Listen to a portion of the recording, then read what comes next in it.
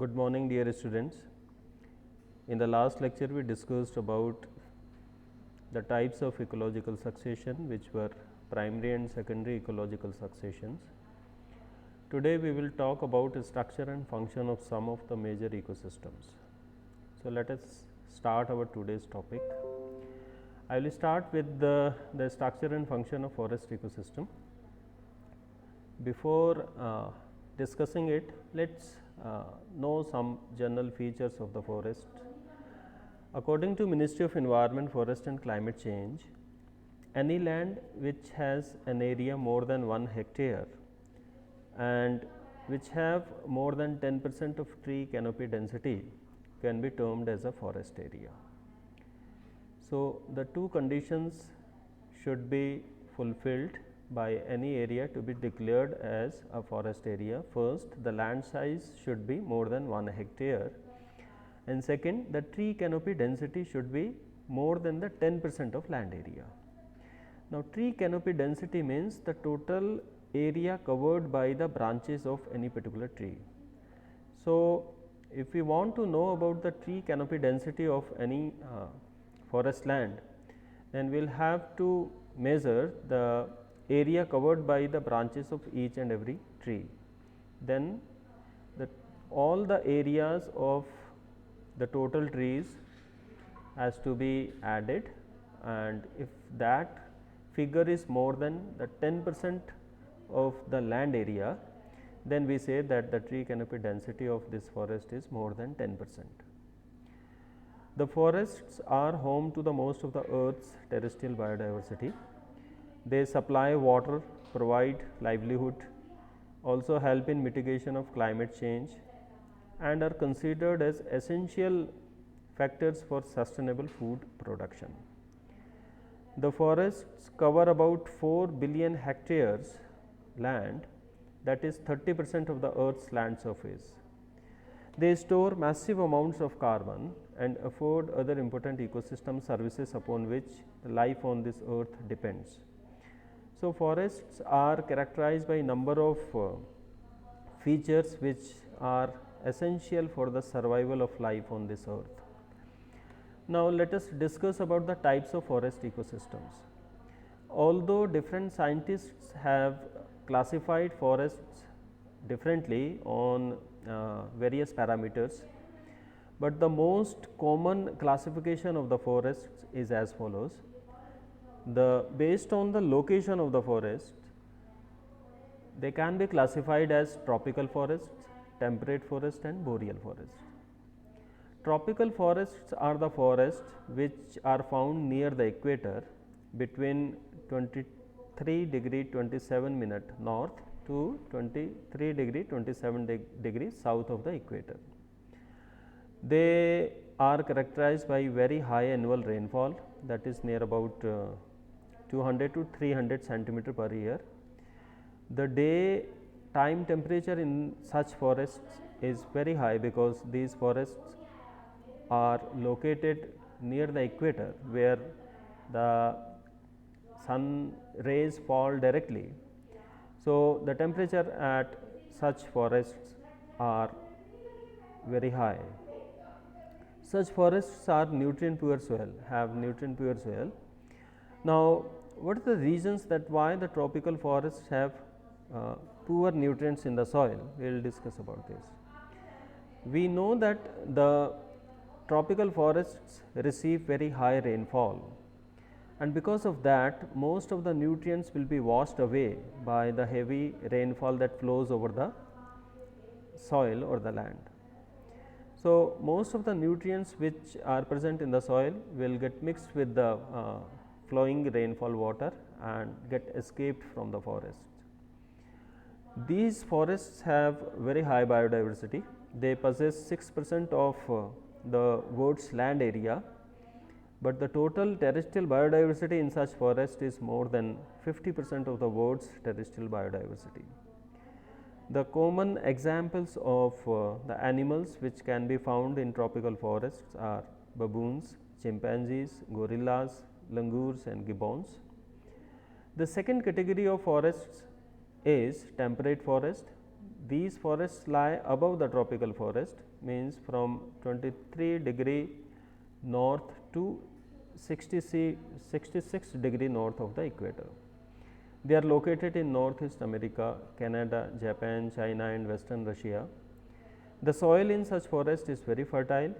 The biodiversity is average, means lower than the tropical forest, and the floral species in such forests are maples, oak, pine species, etc., whereas the fauna species are deer, bears, foxes and wolves. The third category of forests is known as boreal forest, which are found in snow covered areas. They are also called as high latitude forests, and they are located in northern Canada, Alaska, Russia, Siberia, etc., where most of the months the area is remain covered by the snow. The temperature in such forest is very low, and also the biodiversity in the boreal forest is quite low. These forests are important carbon sinks, means they can absorb carbon dioxide from the atmosphere and store as a carbon biomass. So, this is a simple classification of forest systems as tropical, temperate and boreal forests. Now, let us discuss about the structure and function of a forest ecosystem. Although we had discussed the general structure and function of the ecosystems in the previous slides also. So, specifically how it is found in the forest ecosystem, we will see through this slide. We know that the structure of the forest can be subdivided as biotic and abiotic components. Biotic means all the living components of forest, and abiotic components means the non-living components of the forest ecosystem. We also discussed that biotic components can further be subdivided as producers, consumers and decomposers.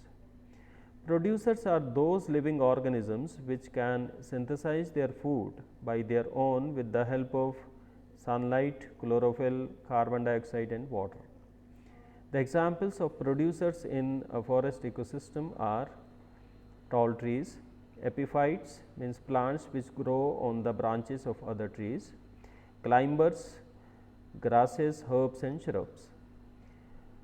Second category of biotic component is consumers, means those living organisms which cannot synthesize their food by their own, and they are dependent on other living organisms such as producers for meeting out their food demand. The consumers can further be subcategorized as primary consumers, which are also called as herbivores. The examples are ants, beetles, bugs, elephants, deer and giraffe. The primary consumers feed on the producers or the green plants for meeting out their food demand. The second category of consumers is secondary consumers. These are flesh eaters. The examples could be birds, lizards, frogs, snakes and foxes.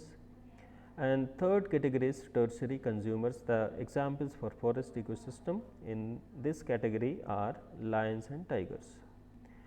Now, under the biotic component, the third part or category is decomposers, those organisms which feed on dead and decayed material and get their food after degrading the decayed material. The examples could be bacteria, fungi, actinomycetes, etc. Now, under the abiotic category, we have soil factors such as soil minerals, soil water, soil porosity, soil texture, etc. Then water in the soil, all the nutrients in the soil and minerals in the soil are the abiotic components of the forest. So, that was the structure and function of a forest ecosystem. Now, we will discuss about the structure and function of grassland ecosystems. We know that grassland is dominated by grasses and other herbaceous plants. The grasslands occur in the regions which are too dry for the forests and too moist for the deserts. The annual rainfall is seasonal in such ecosystems, and it ranges from 25 to 75 centimeter. The major grassland ecosystems globally are prairies, which are found in USA and Canada, then pampas, which is located in South America, steppes, which is in Asia and Europe, and veldts, which is located in Africa. These are some of the photographs of different grassland ecosystems. On the top left, we have prairie from Kansas, USA, then steppe grassland ecosystems photograph on the top right, and in the bottom we have pampas grassland from USA. So, these are the grassland ecosystems. Let us talk about the structure of a grassland ecosystem. Again, we have biotic components, which is composed of all the living organisms, and under this category we have producers, primary consumers, secondary consumers, tertiary consumers, and decomposers. The examples of producers in a grassland ecosystem are different types of grasses, herbs, and shrubs. For example, Brachiaria species, Cynodon species, and Digitaria species. Under the primary consumers, we have cows, buffaloes, sheep, goats, deer, and rabbits. And under secondary consumer category, we have frogs, snakes, lizards, birds, foxes, and jackals. And tertiary consumers, we have hawks. The decomposers are categorized as those living organisms which degrade decayed material, and we have bacteria, fungi, and actinomycetes as decomposers in a grassland ecosystem.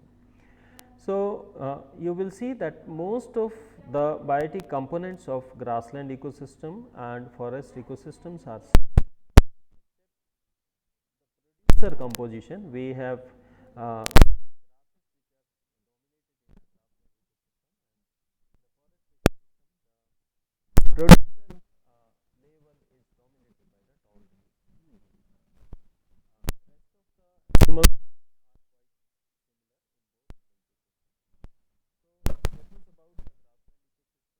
of a grass.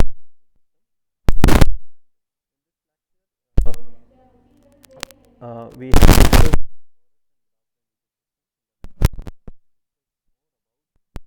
some other ecosystems. Thank you.